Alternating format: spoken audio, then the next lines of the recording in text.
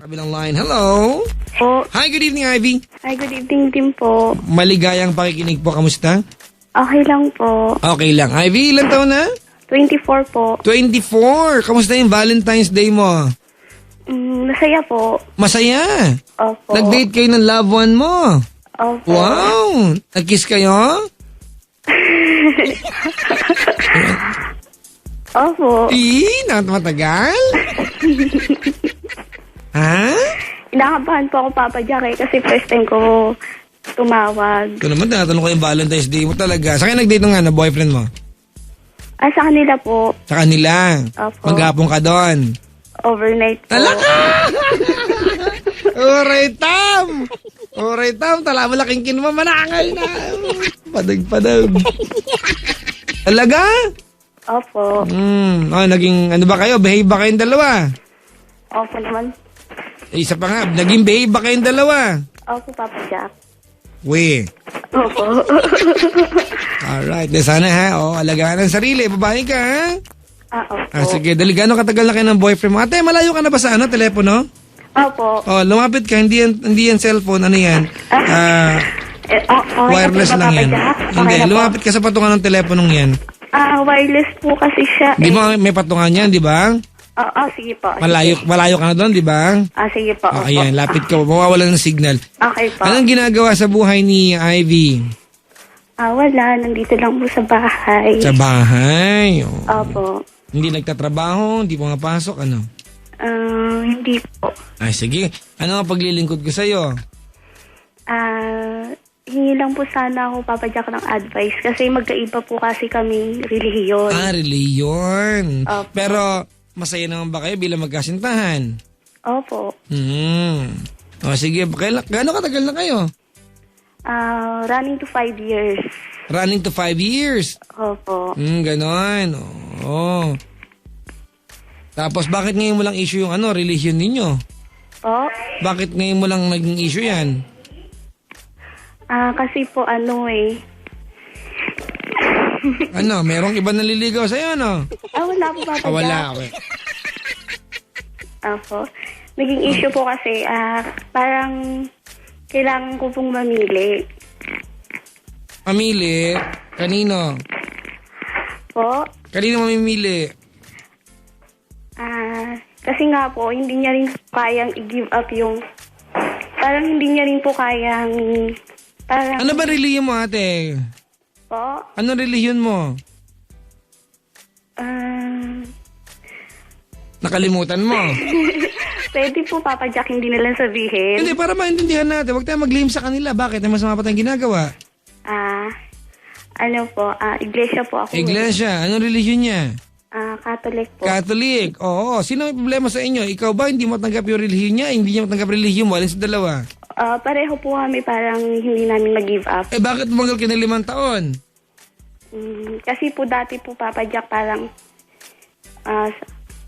sabi po namin, wag muna namin isipin. Oo. Ibig sabihin, masaya naman yung samahan ninyo. Opo. Okay, ganito mga kaibigan, may mga magtataas ng kilay sa akin, pero naniniwala ko may mga taong kakampi din sa akin, Opo. Alright, ganito, ang paniniwala kasi ni Papa Jack, Ivy, Po. ang relihiyon o ang paniniwala sa pananampalataya ay personal na bagay. Na kahit mag-asawa ka, di ba, sa'yo pa rin yan. Paniniwala mo yan eh. Di ba? Na kung nung dalaga ka, maganda sa'yo, di ba, ang kulay black, kahit mag-asawa ka, maganda pa rin yan sa'yo kasi ikaw mismo yan. Hindi pwedeng ituro na ibang tao na dapat green ang maganda sa'yo. Naintindihan mo ako? Opo. Alright? Mga kaibigan, para sa akin, it's a matter of respect lang. Kung Iglesia ni Cristo ka, siya, di ba, ay Katoliko, yung paniniwala ninyo. May kilala akong Muslim, Katoliko, di ba, mag-asawa sila, successfully, masayang magkasama. Alright? Opo. Alam ko mga kaibigan, parang magagalit yung iba sa akin na, hindi, kasi pag dapat ganito, dapat gano'n na reliyon, di ba, magkasama sa reliyon. Mga kaibigan, paano? Anong gagawin? Gusto ba ni Lord na maghiwalay ang dalawa nila lang? Dahil sa pagkakaiba ng paniniwala, meron na bang napatunayan, di ba, na tamang reliyon? Yung totoo. Hindi ito sa pinareligion natin. Pasensya ka na, ha? Opo. This is not about religion. This is about your love sa kanya. Ano po dapat, Papa Jack, yung gagawin ko? Kasi sabi niya po, mag-isip daw po ako. Yung parang binibigyan niya po ako ng, chance na makapag-isip. Hindi nyo kailangan bigyan ng chance sa sarili nyo, atin. Tumagal kayo ng 5 years, ibig sabihin, alam nyo yung pasikot-sikot sa relasyon na to. Alam nyo. Ibig sabihin, alam mo at alam niya, di ba, na mas mahalaga yung pagtitinginan ninyo, di ba? At yung mga bagay-bagay, kaya ng paniniwala sa pananampalataya, dapat sumusuporta sa pagmamahalan ninyo. Hindi ko alam. Kasi di ba, ang pananampalataya, kanya-kanya yan natin eh. Hindi ko pwede sabihin, mali ka, tama siya, mali ka. Hindi ko kaya sabihin yan. Ang alam ko lang sabihin, ay naman siguro ni Lord na malungkot ka dahil nagmamahal ka naman ng tapat, di ba? Opo. Kasi sino magdi-disagree sa bagay na yan, di ba? Di ba? Oh, gusto ba ni Lord na malungkot ka? Ibig sabihin na survive niyo yung 5 years, wala nang masama sa ginagawa niyo, nagmamahalan na naman kayo. And it's not a crime to love someone. Di ba? Opo. Ironically, mga kaibigan, di ba? Yung faith natin dapat should bind us together. At some point, kita mo tong sitwasyon mo. Yung faith natin, mga kaibigan, pinaghihiwalay tayo. Ibig sabihin po, Papa Jack, nasa sa amin po yun. Hindi, nasa sa amin dalawa ng boyfriend mo. Siyempre, nasa inyo, ano ka ba? Kami na lang kayo magsama. Ate, nasa inyo yan, 5 years tumagal kayo, di ba? Ibig sabihin, nagkaroon kayo ng paraan kung paano mairespeto, kung paano mo irerespeto yung paniniwala niya, at nagkaroon sa punto yung paraan na paano niya irerespeto yung paniniwala mo. Tama? Opo. Meron na Kaya kayong po, routine, may schedule na kayo, ate. Kung it's working naman for the both of you, nagmamahalan naman kayo, bakit kailangan niyo ibahin?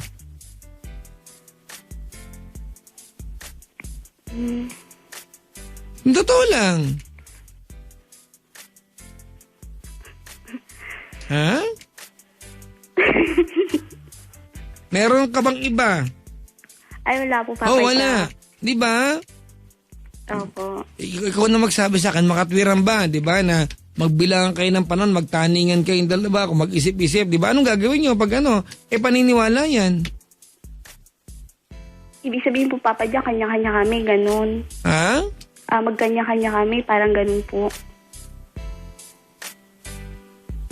Ano na? Magkanya-kanya po kami. Halimbawa, yung paniniwala niya, yung paniniwala ko. Ate, hindi ko sinasabing yan ang tamang gawin nyo, ha? Kasi sinasabi ko pa, pwede. Posible.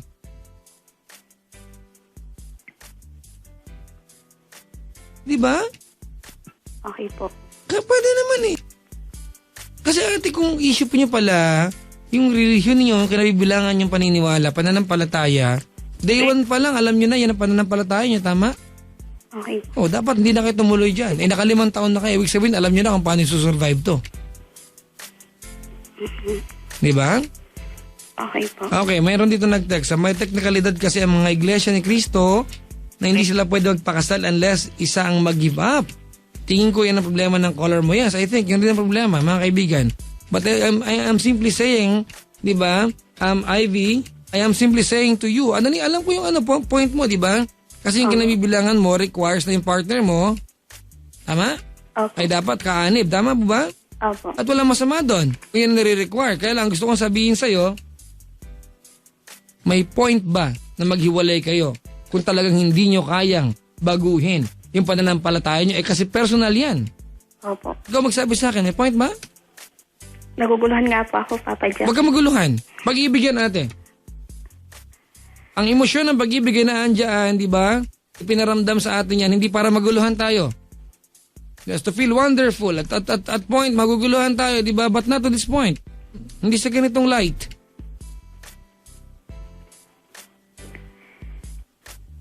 Mga kaibigan, you have to forgive me for this. Pero, personal kasing bagay ito eh.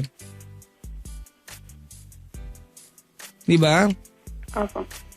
Eto may nag-text. Papa Jack, my cousin is iglesia at Catholic yung asawa niya. Happy naman, depende yan kung mahal nilang bawat isa. Completely agreed, mga kaibigan, completely agree. Come on, alam mo, Ivy. Po.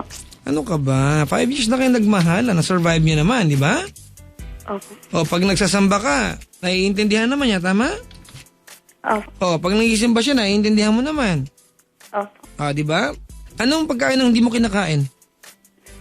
Po? Anong pagkain ang ayaw mo? Dinuguan. Dinuguan. Alright. Maliban doon. Po? Maliban doon. Talagang ano ba? Anong bagay ang ayaw mo talaga sa buhay? Ang ayaw? O, halimbawa, sige, kahit ano pa man yan, ha?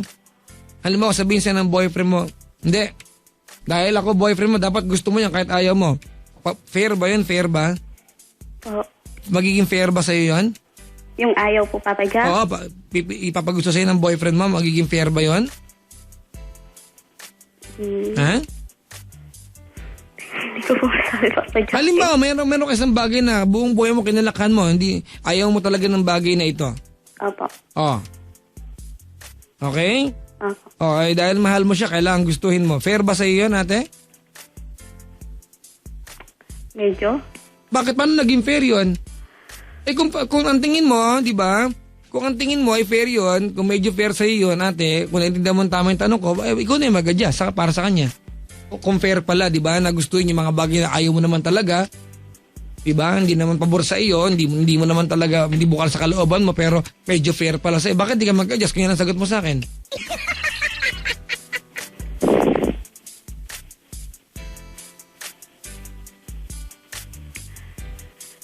Yun to, Ivy. Mga kaibigan, sorry po, ano. Alam mo, Ivy, Po? yung pinag-uusapan namin, napakasensitibo nito. Lahat tayo, mga kaibigan, napakasensitibo natin sa bagay na ito. Pero sa inyo, tatasan ng kilay sa akin. Di ba? Hindi mali yung hinihiling mo sa kanya. O sige na. Mahal mo ako si Ivy, umanib ka na sa amin. Hindi niya kaya. Ang sabi niya siguro sa, hindi Ivy, kung mahal mo ako, di ba? Sige, sumunod ka sa pananampalataya ko. Di ba ganun kayong dalawa? Ganun ba? Hindi naman po Ay, kami, ano? hindi naman po kami yung yung pinipilit namin na kung mahal mo ganito, manib ka ganito. Hindi po, wala pong ganon. Eh ano nga, ba't may problema ka ngayon? Kasi siya po kasi parang gusto niya po na na parang sinasabi niya po sa akin na siyempre lalaki siya, parang ganon. Parang papalimbitin niya na lalaki siya, parang ganon, na dapat ako yung susunod sa kanya, parang ganon. Yun nga, fair ba pag napilit ka niya, pananampalataya mo yan? Fair ba sa'yo yun? Pag pinilit ka niya na paniwalaan yung bagay na hindi mo kaya lunukin, magiging fair ba? Magiging... Ano ba Tagalog ng fair? Ano ba yung fair? Ano? Hindi pares. Di ba patas? O di ba? O makatwiran ba sa'yo to? Kapag pinilit niya ipagusto sa'yo yung bagay na hindi mo kaya kasi iba yung paniniwala mo. Di ba patas ba sa'yo yan? Medyo.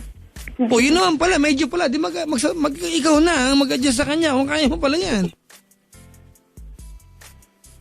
Kaso po, Papa Jack, hindi ko po alam kung paano. Ate, ganito kasi, Ceylon Ching, guide me through this, nahihirapan ako. Ganito, Ivy, kasi kung ipipinta ko, di ba, ang kwento mo ngayong gabi, Ivy, ito'y choice between your religion, sorry mga kaibigan ito ay namimili ka between your pananampalataya at saka ng pagmamahal. Tama po ba? Oh. Tama ba? Ano ka ba, kinikilig ka, sinusundot, ano? Sama ko po kasi. Okay, Ivy. Po, hello po. Pay attention because nahihirapan ako dito. Pay attention. Hala. Ano, gusto mo pa akong kausap o text na lang kita? Sorry po, Papa Jack. Sorry po. Ganito, Hello. Hello po. Okay. Itong kwento mo, Ivy, ay tungkol sa paniniwala, pananampalataya. Opo. Ang ingay, ate. Wala ka bang pwedeng pasukang banga para tumahimik? Sandali lang po, Papa Jack. Akala ko naman, Ceylon, seryoso tong problema niya, pero parang gino-joke-joke mo naman ako. Hindi po. Sumeryoso ka, ate. Opo. Hello? Alright, ganito. Ivy. Po. Ulitin ko, ha? Opo. Ang kwento mo ay tungkol sa pananampalataya mo, mamimili ka. Parang gano'n, di ba? Kung anong pipili, pananampalataya, pagmamahal, tama? Opo. Alright.